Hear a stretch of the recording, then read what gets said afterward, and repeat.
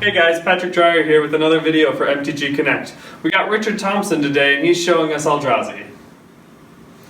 So starting off, we're going to start off with the utility Eldrazi.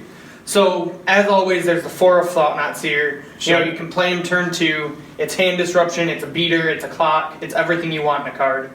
Then there's 4 Reality Smasher, which is really for like the more mid-rangey, grindy matchups. You know, it's a good creature, you can attack in with it. If they block, you get value out of it. If not, you know, they take damage. And then there's 2 Endbringer, which is what I like for like the mid-rangey matchups, but it's also really good against like combo decks because say they show and tell or Reanimator in a big threat, you can use Endbringer to make it to where their creature can't attack or block. Yeah, I mean, you told me about that. I forgot that it was even an ability on the card, so I'm guessing you've surprised a couple opponents with that. I know Mana Reshaper and Endbringer are both unusual, not 100% inclusions in Eldrazi decks these days, right? Yeah. So you just decided based on going for that mid-rangey fair matchups, you felt that is what you needed to be built against? Yeah, because as you'll see later on in the deck, and plus my sideboard is tooled a little bit more towards the combo matchups. Okay. So I feel like my creature base can really be used more for the mid-rangey matchups. Sure. So as you see here, this is just more of like the traditional beatdown Eldrazi. It's what you'll see 4 ofs in almost every Eldrazi deck. You know, you got your Endless Ones and Eldrazi Mimics, which you can play on turn 1 for 0 mana. And it's either a 2/2 or Eldrazi Mimic, which when you play any other Eldrazi, just becomes a huge threat. Have you gotten the opportunity for the God Hand to go like Endless One, Mimic, or like Mimic, Endless One, Pass? The closest one I've came is I went Ivugan, Mimic, and then pitch a Simian Spirit Guide, which you'll see later, with an Eldrazi Temple to play Reality Smasher and hit Storm for 15 on turn 2. Wow, that's pretty crazy. So here you'll see a little bit of the disruption I was talking about. 4 Chalice of the Void, it's the best turn 1 play in the deck. I'd take it over any Eldrazi. Just locks most of Legacy out with no cantrips, no Reanimator, no counter spells for cheap. Sure. You know, all they really have at that point is Force of Will. Thorn of the Animist is kind of the same way. It can lock a lot of the combo decks out. It's really hard for Storm to fight through. And then the Dismember and Warping Whale, I prefer running a little bit of extra removal in my deck. So Dismember, it can help me take through a Tarmogoyf, and I've actually even used it to help get through lethal damage because they think they're safe to block a Reality Smasher. And then you just shrink their creature, get through for lethal.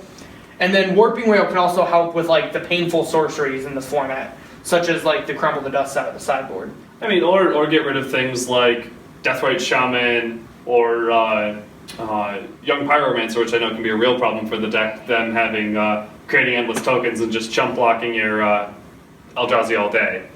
Have you ever used it as a acceleration to get that extra mana and surprise them that they weren't expecting? I haven't had that come up yet, but I have had something really sweet with the 1/1 mode where I had a Reality Smasher on board and my opponent went to Liliana, and so I used that to get a surprise sack for the Liliana. Yeah, that's probably going to catch most people off guard. That's definitely a nice utility.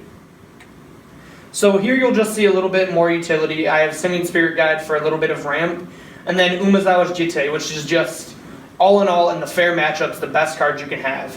It helps kill creatures, it helps you get in for more damage, it can gain you a little life when needed, it's just all around great utility. Any particular reason for the Simian Spirit Guide over the Elvish Spirit Guide? Any benefit there, or just personal preference? It's just kind of a throwback from when the deck used to be played in Modern for me, which Sure. is why I ended up building it in Legacy. That's fair.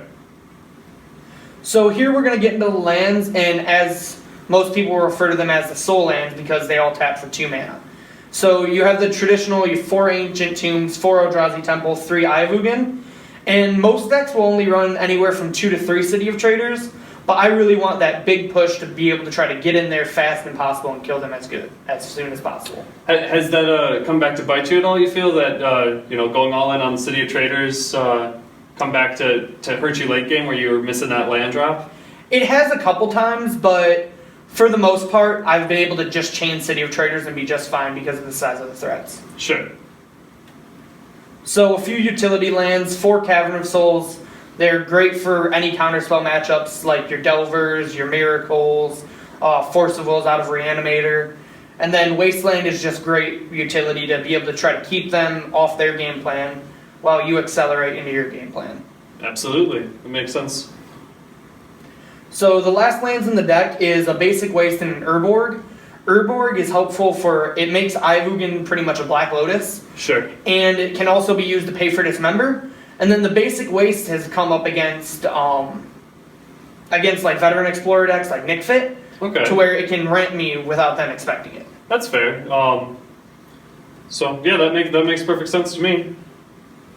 So now we're getting into the sideboard, and to start, just the Graveyard Hate. 4 Leyline of the Void.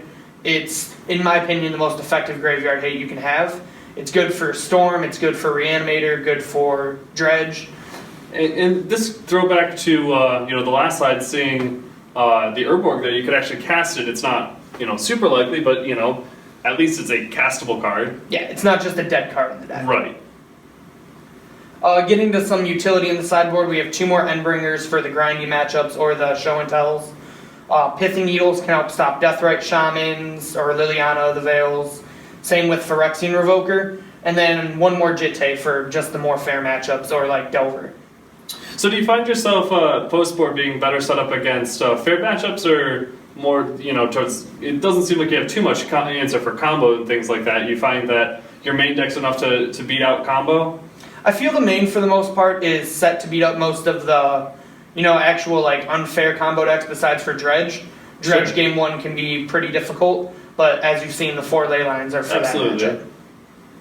And then the last sideboard card is just a 1 of Trinisphere. Just a little bit extra for like the Storm, or even against Delver I found myself bringing it in, because when they have to pay 3 mana for their Delvers, there's no way they're going to win the game. 3 minutes for a Brainstorm isn't a deal I want to take. No. So, alright guys, that was Eldrazi. This is Patrick Dreyer signing off for MTG to Connect. Thanks and have a nice day.